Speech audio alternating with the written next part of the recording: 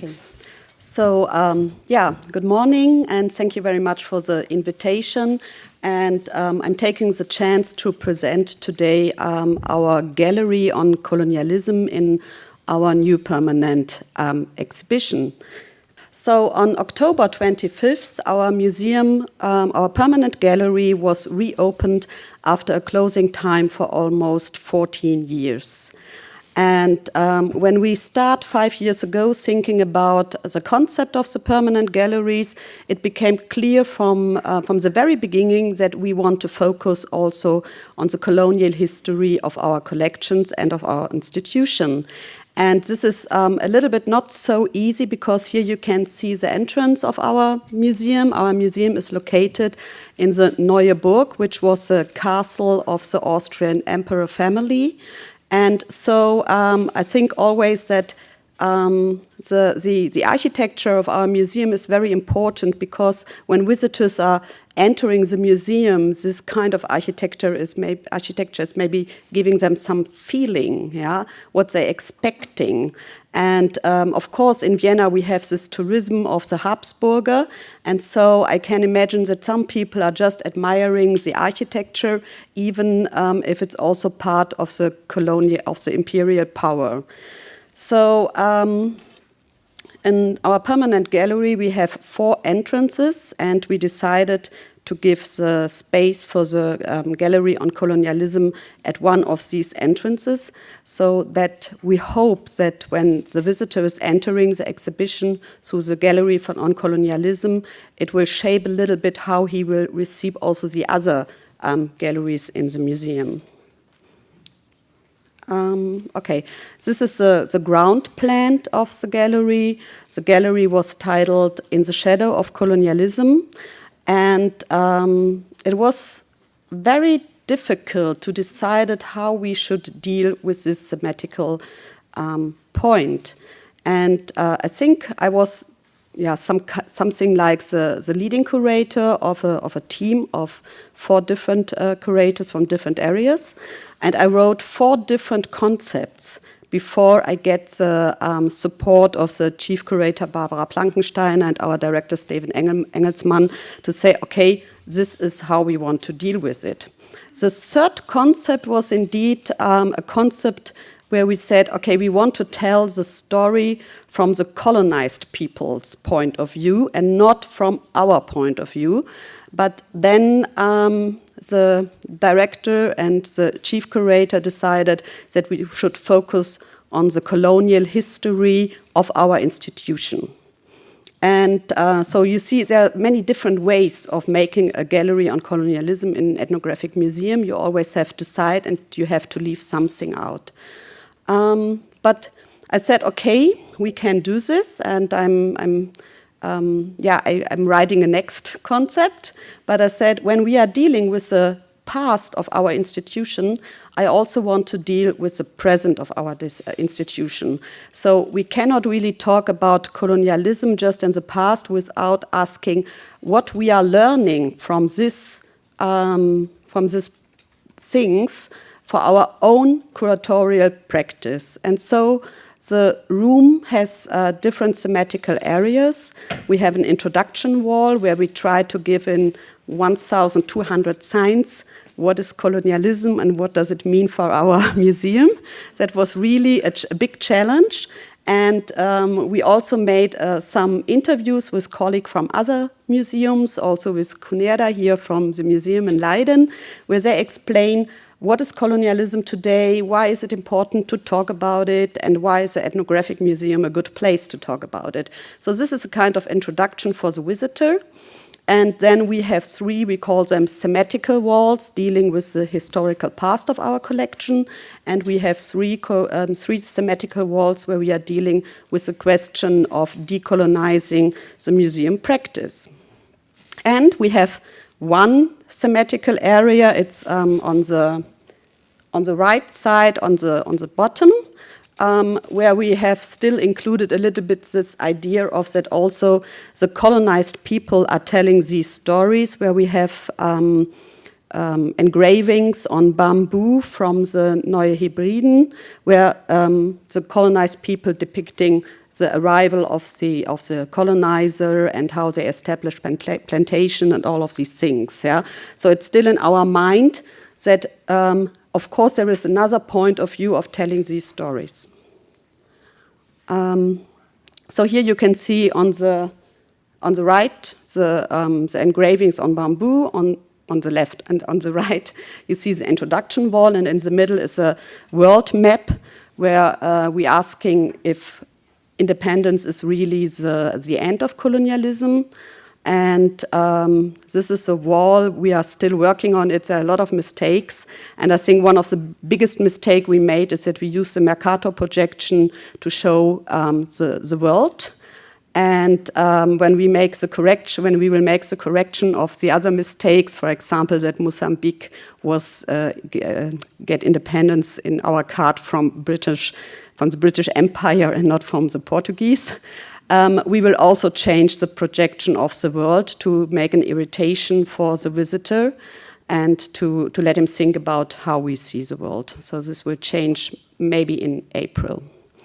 Okay, so here are the first 3 symmetrical walls. I think like in Denmark, we had a little bit the problem that some of our visitors and the public thinks that colonialism has nothing to do with Austria. Especially one of our former cultural ministers said that our museum should not deal with colonialism because there is no connection to the Austrian Empire and to the Austrian state, and this is not important. And so we said, okay, first we have to explain to the visitor why or what is the connection between Austria and colonialism. And that lead us to the concept of the room that we are asking questions. So the symmetrical areas are organized by questions, and we giving some information for the visitor so the visitor can think about the questions, but we not try to answer the questions totally. And one of my colleagues from Tervuren said, oh my God, this is a very easy way to go into the symmetrical area of colonialism, just asking questions. Yeah? But I think we need to find, or we had to find an easy way for the visitor to enter this area. And when questions are an easy way, I think it's a good way to engage the visitor with this symmetrical area. So we have the question, what has Austria to do with colonialism? And we are showing some pieces of our collection explain that, for example, of course, Austria had colonies in the late 18th century, like the Nicobars, the Andaman Island, and also a little place in Mozambique. But that maybe because the navy was not so successful or that Austria was too engaged in East Europe, the non-European colonialism was not so important for Austria, and so there became more collaboratives. For example, Austrian citizens worked for the Germans in East Africa, and so they were, of course, engaging in this thing. And we already heard that the colonial project was something beyond national borders. Yeah, and so the colonial mind was, of course, also existing in the Austrian public, and so this is discussed at that point. The other 2 symmetrical walls are related to each other. It's about the acquisition of objects and how they came into our museum. This is, by the way, the main narrative in the whole permanent gallery. How came the objects to Austria and what kind of relationship between the world and Austria is inscribed in our collection. So here we're really asking the questions if the objects were exchanged, presented, looted, robbed, stolen. And we have one example. This is the Austrian, I forgot the surname. This is the first name. The surname is Baumann. He was working for the German government in East Africa. And here you can see how colonial expansion and the acquiring of the object goes in many ways parallel on the map and in the time. And so, but on the other way, for example, there were objects presented, but, for example, presented by a slave trader. Yeah, so it's not just because it was a present, there is no colonial past of the object, but of course it is in some way attached to this. The other example comes from New Ireland. It's an example of the Malangan objects, and here we have another very different a different case study where the indigenous people selling a lot of objects which were formerly destroyed after the ritual use to get agency again with the colonial power. So we see that was also a very, for us, an important point to show that indigenous people were not only, not merely victims in the time of colonialism, but they also tried to find ways to get back their agency. So here you can see how it looks today. And here are the 3 symmetrical walls dealing with the decolonization of museum practice. And this was the first one that was really difficult to discuss, also with a group of curators working on this gallery. It is a question how we are collecting today. And I said, I would like to discuss a collecting trip I did on my own in 2005 to the Zamunda in Suriname. And when I'm looking back right now, I think, oh my God, that was a totally colonial project. And my collecting trip was not so different what other people did 100 years or 150 years ago. Yeah, it was still in a situation of inequality. I were visiting very remote areas of the Zamunda, and of course I never forced somebody to sell something. I always paid the prices. Yeah, but for the Zamunda, it was so difficult to get cash at this time, so it was really not clear if they say, okay, I'm not interested in my old objects anymore, or they say, oh my God, this is my only chance to get some cash for other important things. Yeah? And I was a very young curator and very naive, and the instructions from my director was like, okay, you have some money and try to get as much pieces. And when I start not working only on my ethnographic field in Amazonia, but also start more about museum studies, and also with our projects from the European Union like RIME and SWITCH, it really changed my mind. Yeah? And now I'm another person looking back on what I did before. And I think for some of my colleagues, this was like a little bit going too far, yeah, into this discussion. Really look at what we are doing, yeah. But I think this is very important if we really want to create some kind of a post-colonial museum. The other symmetrical areas are how we are dealing with sacred objects, because some of the sacred objects are not allowed to be shown to the public. But of course, this is a very interesting point. Objects are very important to understand the culture. And we found a way in this exhibition to show sacred objects, but so people cannot see them. They are in the exhibition, but they are covered, so it's not possible to see them. And for me, this is a very important reason, because then people learn to accept borders of other cultures. And respecting other cultures is also to respect the borders and things that are refused to us. And the other is about repatriation. It's a very interesting case in Austria that in the 1980s, the repatriation to the Maori from the Te Papa Museum of some human remains were just possible because when there was an exchange between the museum and the Austrian got another object. And 3 years ago, it was totally d'accord that we gave back the human remains without expecting something in what we are getting.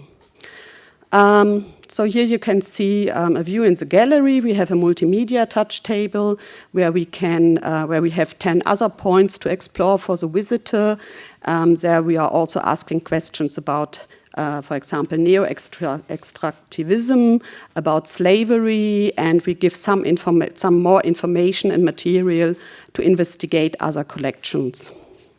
In the other galleries, for example, we have some galleries dealing explicit with colonialism, like the gallery Benin and Ethiopia, Power, Art and Resistance, where we show that, for example, the Benin collection came in a very, of course, in a colonial context to our museum, and a lot of these pieces were looted by the British. And on the other side, the collection from Ethiopia came as gifts, as gift exchange between the Haile Selassie, the king of Ethiopia, and the Austrian emperor.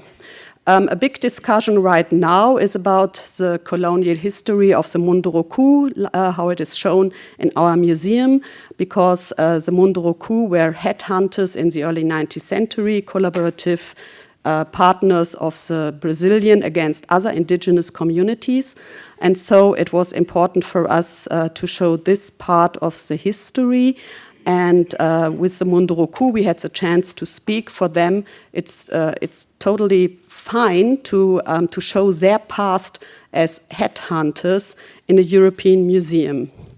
My conclusion word is that we are talking a lot about how we are dealing with colonialism in exhibition, but I think we also need to go deeper into the structure of ethnographic museums, like our database, which is totally organized by our categories. We are still in this, when we are putting them online, sometimes we are still repeating stereotypes, and I think we also need to look closer in the structure, because sometimes I have the impression that the regional organization of our museum by departments for Africa, for East Asia, for South America is creating little kingdoms where the curator is giving access or not to other people. And I know that some of our curators still have the problem with a participatory museum to give access to people who not study for a long time anthropology or not working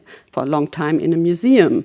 And by the end, also our budgets, in the case of Vienna, are reflecting that there is a lot of budget for curators traveling around the world, and there is more or less no budget to invite people from afar connected with our collections and to work with them. And so when we talk about colonialism, I think we really need to look also at the structure and the inside of our museums. Thank you very much.